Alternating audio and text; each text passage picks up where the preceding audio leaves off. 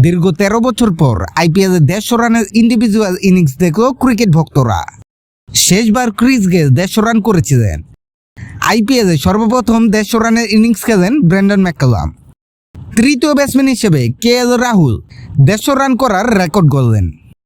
রাহুল ক্যারিয়ারের শুরুতে অনেক অ্যাগ্রেসিভ ব্যাটিং করত, কিন্তু সময়ের সাথে সাথে সে স্লো ব্যাটিং করা শুরু করে। আগের মতো অ্যাগ্রেসিভ ব্যাটিং করতে তাকে কাজে বদলে দেখা যেত।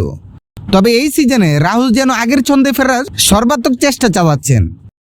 200+ স্ট্রাইক রেটে 67 বলে করলেন 152 রান।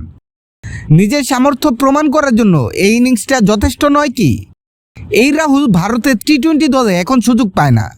তরুণদের কাছে জায়গা হারিয়েছেন। জাতীয় দল থেকে বাদ পড়া একটা খেলোয়াড় নিজেকে আবারও প্রমাণ করার জন্য উঠে পড়ে লেগেছেন।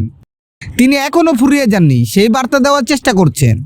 একটা দেশীয় ক্রিকেটের কালচার তো এমনই হওয়া উচিত, যেখানে তুমুল প্রতিযোগিতা হবে, সেরাদের সেরারা জাতীয় দলে সুযোগ পাবে। রাহুলকে আর কখনো ভারতের টি-20 দলে দেখবো কিনা জানি না, তবে রাহুল গর্ব করে বলতে পারবে, আমি আমার সর্বোচ্চটুকু দিয়েছি, নিজের কাজে অবহেলা করিনি। রাহুল নিজেকে নিজে ধোঁকা দেয়নি, এখানেই রাহুল জিতে গেছে।